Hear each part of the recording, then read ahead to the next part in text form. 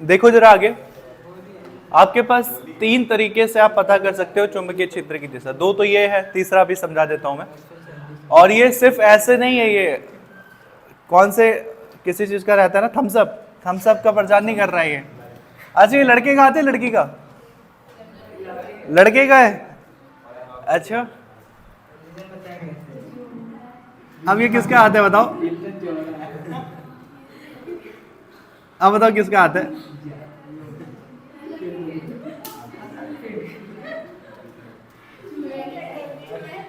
अभी चुड़ैल का हाथ है, और बेचारा जिसका भी हाथ है उसके हाथ में किस्मत ही नहीं है। जो किस्मत की 2-4 रेखाएं खींच देता हूं मैं, ठीक है। अब तो इसकी रेखा टेढ़ा ही है। देखो ये जो है इसमें सिंपल, ये ऐसा नहीं है, ये शो कर रहा है जो थंब है ना, ये शो कर रहा है करंट के डायरेक्शन। एक बार समझ जाओ, ये बीच बीच में आपके पास थियोरेटिकल चीजें आएंगी, कॉन्सेप्चुअल चीजें। ये करंट की दिशा शो कर रहा है, अब समझो। ये वायर है एक तरीके से, वायर, तार। अब समझने की कोशिश करो, तीनों नियम एक बार समझ जाओ, उसके बाद बनाते रहना आराम से। पहला नियम है आपका राइट हैंड थंब रूल। इसको हिंदी में क्या कहेंगे, दाएं हाथ का नियम, या दाएं हाथ नहीं, राइट हैंड थंब, दाएं हाथ के अंगूठे का नियम।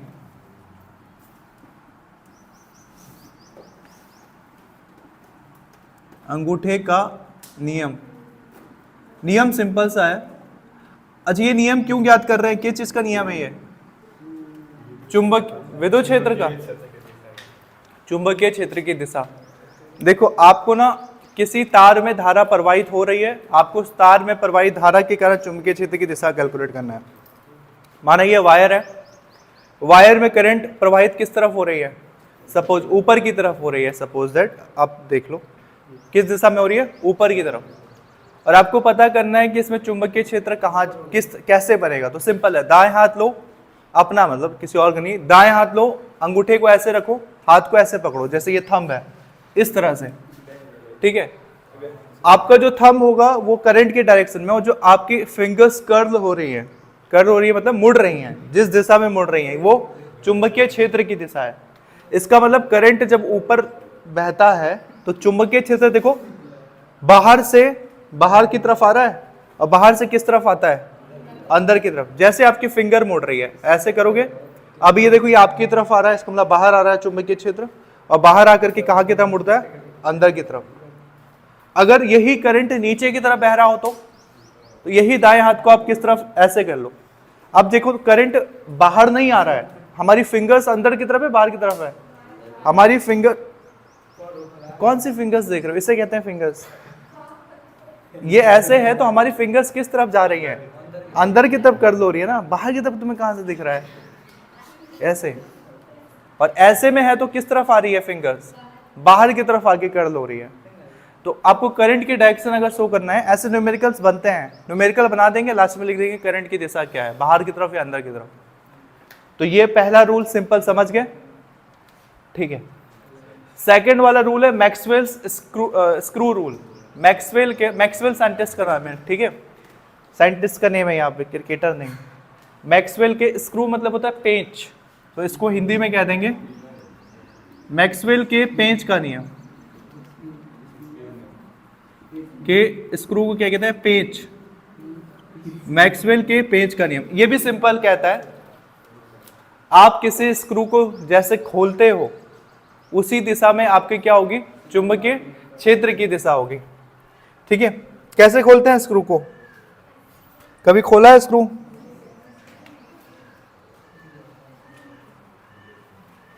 ठीक है। ये सिंपल सा है कि आप स्क्रू को क्या करते हो, पेंच, वो क्या कहते, पेचकस लेते हो ना, स्क्रू ड्राइवर लेकर हम उसको कसने की कोशिश करते हैं। तो अगर स्क्रू ड्राइवर की दिशा करंट की दिशा में है तो जिस दिशा में आप उस स्क्रू ड्राइवर को घुमा रहे हो वही किसकी दिशा होगी, चुंबकीय क्षेत्र की दिशा होगी। बेकार से नियम है, जब हाथ पड़ा हुआ है अपने पास तो हम स्क्रू ड्राइवर लेके क्यों चेक करें कि क्या होगी करंट की दिशा, आप ऐसे भी चेक कर सकते हो हाथ से। एक और तीसरा नियम क्या है,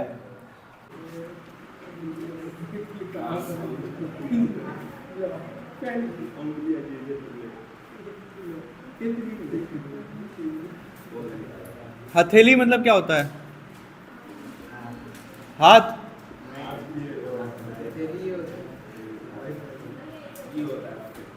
दाएं हाथ के हथेली का नियम, right hand palm law. Palm मतलब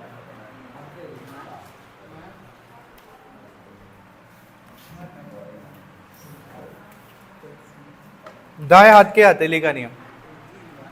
एक बार इसको देख लो, उसके बाद आप डायग्राम बनाते रहना, मैं निपट जाऊंगा, फिर मतलब मेरा टॉपिक निपट जाएगा। दाएं हाथ की हथेली का नियम का मतलब सिंपल है, आपको दाएं हाथ का हथेली ऐसे फैलाना है, उंगलियां एक साइड, ऐसे नहीं, उंगली की दिशा अलग अलग, एक ही दिशा में, और थंब ये रहा, ठीक है, ऐसे भीख मांगने की पोजीशन। भीख तो ऐसे मांगते हैं, ऐसा से दाएं, राइट हैंड। उसके बाद देखो आपकी जो फिंगर्स हैं, क्या कर रहे हो, देखो अंगूठा किसकी दिशा शो कर रहा है हर बार?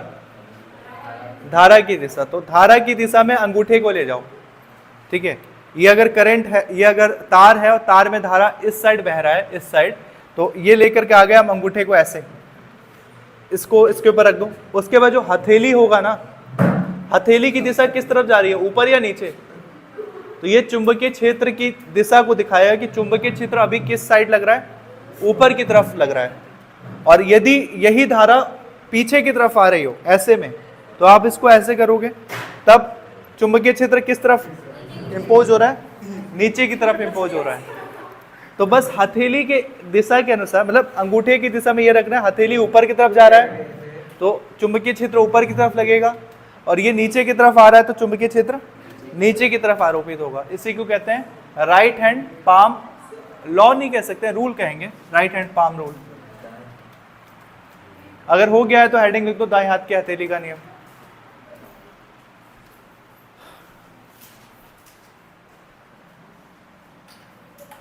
दाएं हाथ के हथेली का नियम, ये डायग्राम हम बना सकते हैं, ट्राई करें। कैसे बनाओगे, याद चमक रहा है कुछ?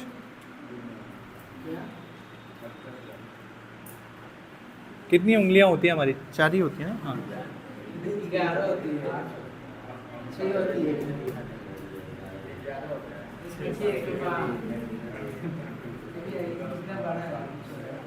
किसी किसी की उंगलियां बड़ी होती हैं।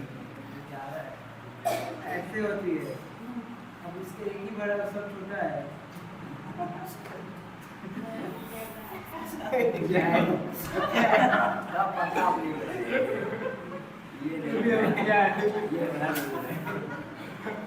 कोई और बनाएगा, आप नहीं बनाएगा, ये ऐसे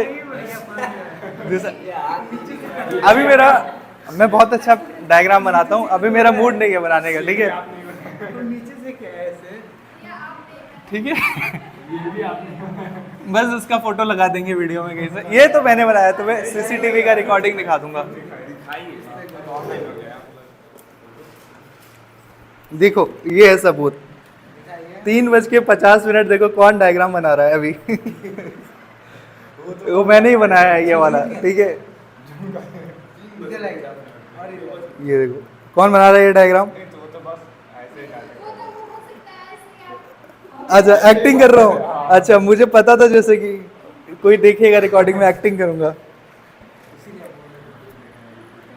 बना रहा हूँ बेचारा, इतना मेहनत करके डायग्राम बना रहा हूँ। और किसी को सबूत चाहिए देख लेना अच्छे से जूम करके, बाकी तुमसे नहीं बन पा रहा है तो भाई मैं क्या करूँ। अब क्या है तुम्हारी जिंदगी, एक तुम अंगूठा नहीं बना पा रहे हो। जिंदगी में दुनिया कहाँ जा रही है। बनाने वाले ने ताजमहल बना दिया, तुमसे एक अंगूठा नहीं बन रहा है। तो हाथी काट दो, हाथी काट के बनाना है। देखो कितना सुंदर डायग्राम है, हर चीज परफेक्ट है, परफेक्ट। अपना हाथ काट के कील ठोक के लगा देना वहाँ पे, ठीक है। तो ये 3 निपट गए, इसको लिखना बाकी है, बस इसको लिख लेते हैं जल्दी से।